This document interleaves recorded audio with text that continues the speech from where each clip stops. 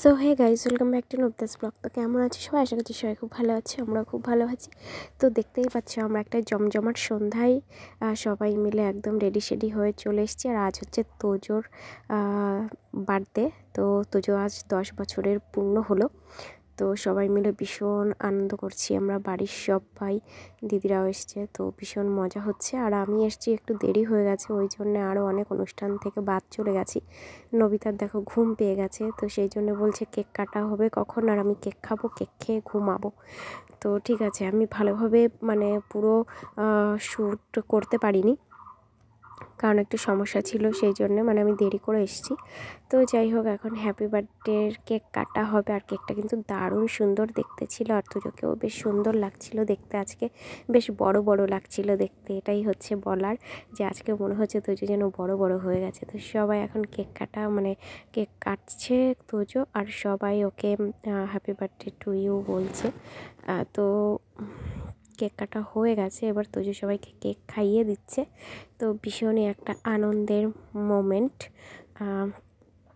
মানে চিরস্মরণীয় হয়ে থাকবে। তো ভীষণ ভাল লাগছে এখানে এসে। আর নবিতা তো মানে ঘুম ঘুম চোখ, ঢলু ঢলু চোখ। ঠিক আছে, তো ও বলল কেক খাওয়ার আগে কেকের ওপরে যে চকলেটগুলো দিয়ে ডেকোরেট করা রয়েছে, তো ওখান থেকে চকলেট খাবে। তো তারপরে ওকে একটু চকলেট দিলাম, আর দেখো দু হাতে লাগিয়ে লাগিয়ে চকলেটগুলো খাচ্ছিল। ঠিক আছে, দু হাতে লাগালে সেটা আবার আমাকে পরিষ্কার করে দিতে হলো পরে, না হলে আবার সারা গায়ে লাগিয়ে নিত। তো এই হচ্ছে ব্যাপার। তো এখানে এসে আজকে বেশিক্ষণ থাকতে পেরেছিলাম না, কারণ তোমাদেরকে বললাম যে অনেকটা দেরিও করে এসেছি। আর মানে অনুষ্ঠান বলতে হয় সব কিছু হয়ে যাওয়ার পরেই এসেছি, শুধু কেক কাটিংটাই আমরা দেখতে পেরেছিলাম। আর এই যে বান্ধবী দেখা এখানে কেক নিয়ে চলে এসেছে, একটু ছবি টবি তুললাম।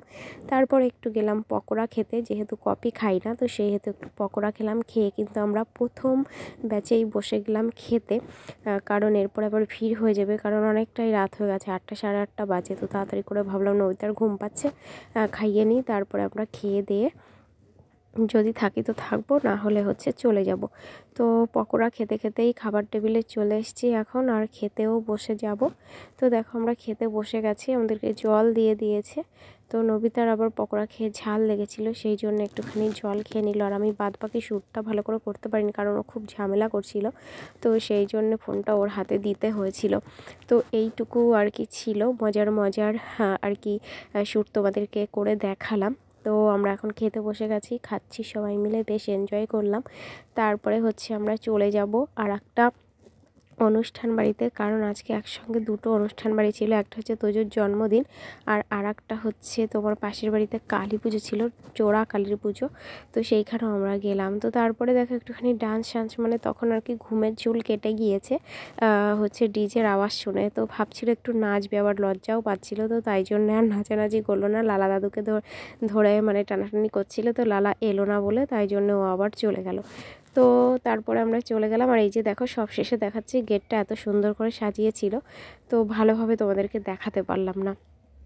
তো তারপরে একটু হাত পা নাড়ানাড়ি করছিল, কিন্তু ওরও সেটা অতটা কমফোর্টেবল মনে হচ্ছিল না। তো আমরা ওই বাড়ি থেকে চলে এসেছি। তো যাওয়ার পথে আবার বললো, মা আমি একটু কালী মাকে দেখে তারপরে যাব। তো সেই জন্যে এখানে এলাম। আর এই যে জোড়াকালীর পুজো হচ্ছে, শুভঙ্করদা সঙ্গে আরও পুরোহিত মশাইরা আছেন, পুজো পড়াবে। তো এখানেও প্রচুর লোকজন, প্রচুর হইচই, দেখো কি সুন্দর নমস্কার করছে। তো তারপরে আর এইখানে হচ্ছে খাওয়া দাওয়া হচ্ছে, দেখো আমরা চলে এসেছি খাওয়ার টেবিলে। আমি যদিও খাবো না, ঠিক আছে। তো সবাই এরা খাচ্ছে। তো বাবা, আমার কন্যারা দেখো সেলফি তো মানে দেখাচ্ছে আর কি, বেশ ভালোই লাগছে। তো চলো সবাই ভালো থেকো, টাটা বাই বাই।